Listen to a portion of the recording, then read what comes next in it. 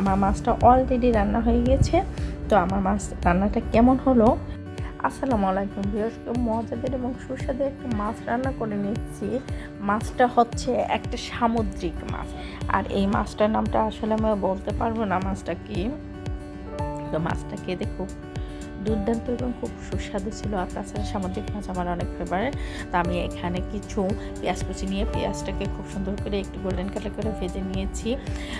আদা রসুন বাটা দিয়েছি, কাঁচামরিচ দিয়েছি, হলুদ, ধনিয়া এবং লাল মরিচ একটু গুঁড়ি দিয়েছি, স্বাদ মতো লবণ দিয়েছি। মাছটা আমি আগে থেকে লবণ এবং হলুদ দিয়ে সুন্দর করে মেখে নিয়েছিলাম।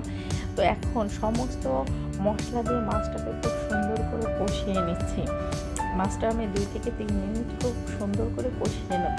তো মাছটা আমার কষানো হয়ে গেছে। এখন আমি অল্প পরিমাণে মাছটার পানি দিয়ে দিলাম। তো পানিটা দিয়েছিলাম গরম পানি।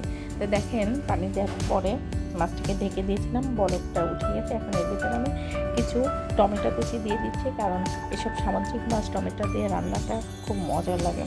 তো টমেটো দিয়ে আমি প্রায় 4 থেকে 5 মিনিট মাছটাকে রান্না করে নেব। টমেটো দেওয়ার পরে আমি ঢাকনা দিয়ে ঢেকে দিয়েছিলাম। 5-6 মিনিট পরে ফিরে এসেছি। এখন আমি দিয়ে আমি ভাজা জিরে গুঁড়িটাকে দিয়ে দিলাম। ভাজা জিরে গুঁড়িটা দিয়ে আমি 2 থেকে 3 মিনিট আবার মাছটাকে রান্না করে নেবো। তো 2-3 মিনিট পরে ফিরে আসছি। আমার মাছটা অলরেডি রান্না হয়ে গেছে। তো আমার মাছ রান্নাটা কেমন হলো আমাকে একটু কমেন্টস করে জানিয়ে দেবেন। আর রেসিপিটা যদি ভালো লাগে বেশি বেশি করে শেয়ার করবেন। এ পর্যন্ত সবাই ভালো থাকবেন, সুস্থ থাকবেন। আল্লাহ হাফেজ।